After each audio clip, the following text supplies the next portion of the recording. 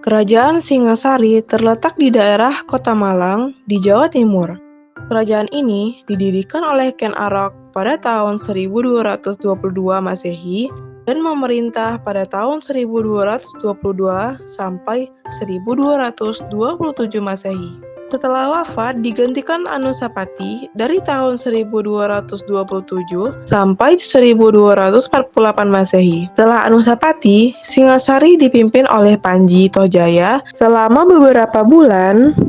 Kemudian, antara tahun 1248 hingga 1268 Masehi dipimpin oleh Ranggabuni. Pada tahun 1268 sampai 1292 Masehi, Singasari dipimpin oleh Kertanegara yang bercita-cita menyatukan Nusantara, atau yang lebih dikenal dengan politik Cakrawala Mandala Dwipantara. Akhirnya, Kertanegara berhasil membawa Singasari ke puncak kejayaan, dan wilayah kekuasaannya hampir mencapai seluruh wilayah Nusantara. Tapi pada masa pemerintahan Kertanegara, raja dari Cina yaitu Kubilai Khan menuntut Singasari mengakui kekuasaan Cina. Untungnya, Kertanegara menolaknya, lalu Kubilai Khan tersinggung dan membawa pasukan untuk menyerbu Singasari.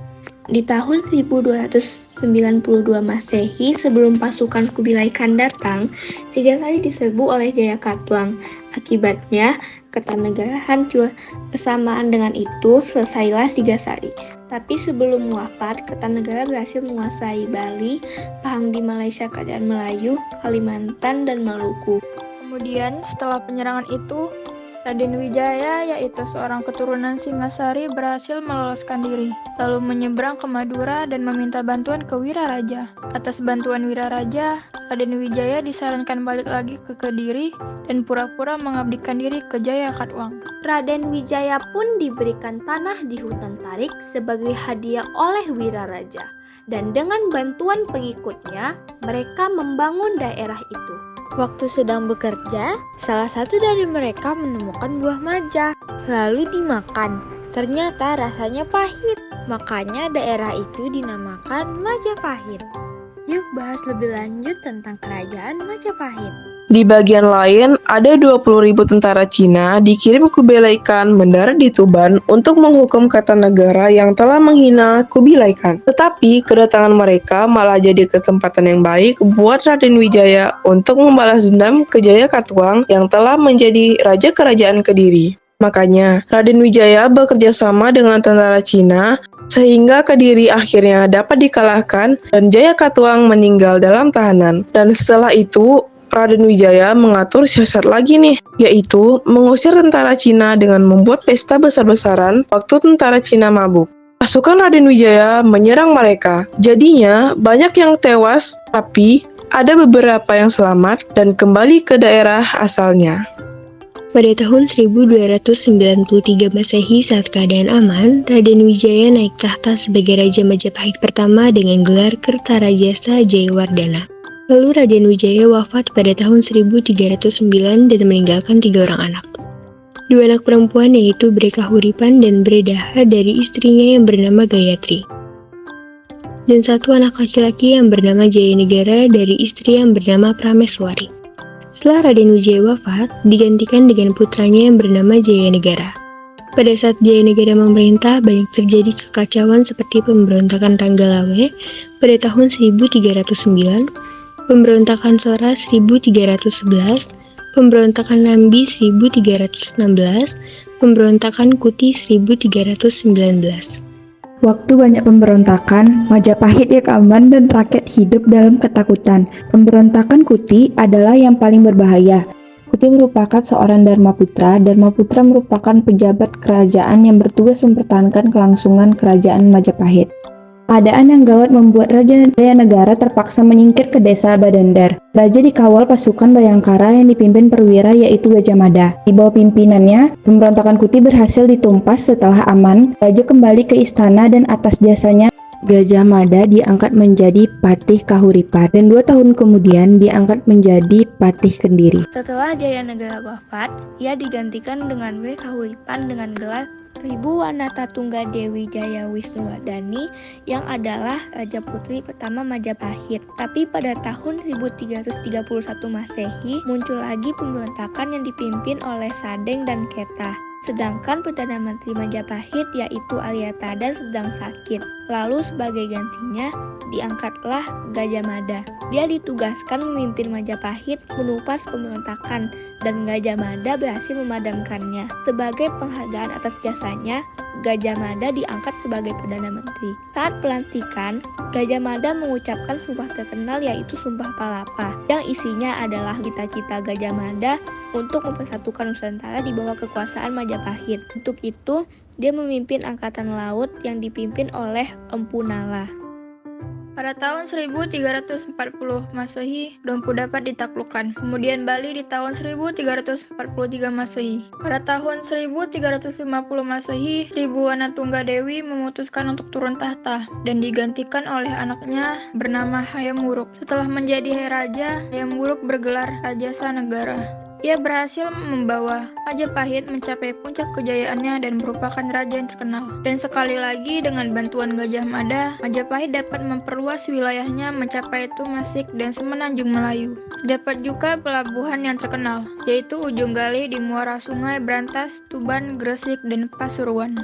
Selain sebagai kerajaan maritim, Majapahit dikenal dengan kerajaan agraris yang sebagian besar rakyatnya hidup dari bertani atau bercocok tanam. Gajah Mada juga dikenal sebagai ahli hukum. Kitab hukum yang disusun ialah Uttara Manawah yang menjadi dasar hukum kerajaan Majapahit. Dan akhirnya Gajah Mada wafat tahun 1364 Masehi dan kerajaan sulit untuk mencari penggantinya, lalu mengalami kemunduran.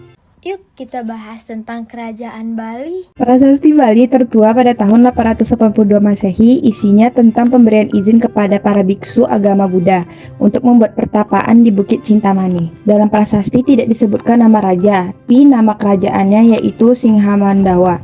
Dalam kitab Cinta Parahyangan disebutkan kerajaan Bali pernah diserbu kerajaan Mataram pada tahun 730 Masehi. Hubungan antara penerus Mataram dan kerajaan Bali memang dekat. Setelah peristiwa Pralaya, Airlangga menggantikan Dharmawangsa menjadi raja.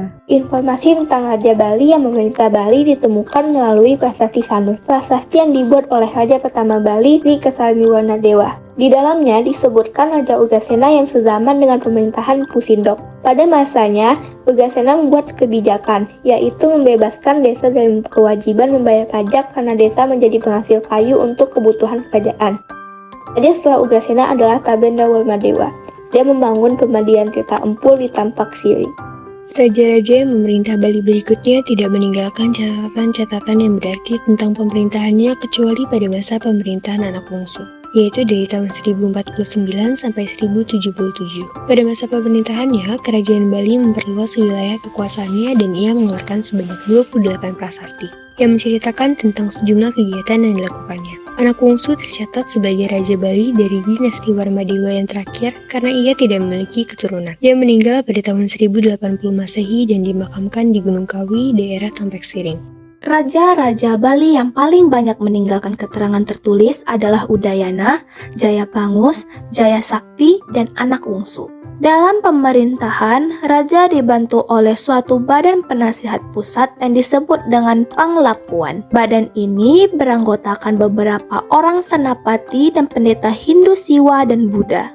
Dalam prasasti-prasasti sebelum masa kekuasaan Raja Anak Wungsu disebut beberapa jenis seni. Baru pada masa Anak Wungsu kita dapat membedakan jenis seni yang ada ke dalam dua kelompok besar, yaitu seni keraton dan seni rakyat. Dalam bidang agama, pengaruh zaman prasejarah terutama dari zaman megalitikum sangatlah kuat. Kepercayaan pada zaman itu dititik beratkan pada pemujaan roh nenek moyang yang disimbolkan pada wujud bangunan pemujaan yang disebut teras piramida atau bangunan berundak-undak. Sejak awal hingga masa pemerintahan Sriwijaya Mahadewi tidak diketahui dengan pasti agama yang dianut pada masa itu.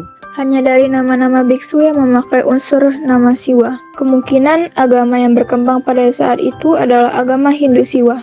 Pada masa pemerintahan Raja Udayana, ada dua aliran agama besar di Bali, yaitu Hindu Siwa dan Buddha. Raja terakhir Bali adalah Paduka Batara Sri Artasura, atau yang lebih dikenal dengan nama Raja Bedahulu. Raja ini memiliki dua orang pati terkenal, yang bernama Kebo Iwa dan Pasunggregis, yang bersama-sama dengan raja berjuang mempertahankan kemerdekaan Bali. Pada akhir abad ke-13, seiring dengan berkembang pesatnya pengaruh Islam dari Timur Tengah, kerajaan-kerajaan Islam mulai berdiri di Sumatera dan menyebar ke Jawa, serta ke Semenanjung Malaya. Lewat penaklukan dan penyebaran sistematis oleh sekelompok ulama yang dikenal dengan Wali Songo. Akibatnya, pengaruh Hindu-Buddha menurun, sehingga pada akhir abad ke-15, Islam menjadi agama yang dominan di Nusantara.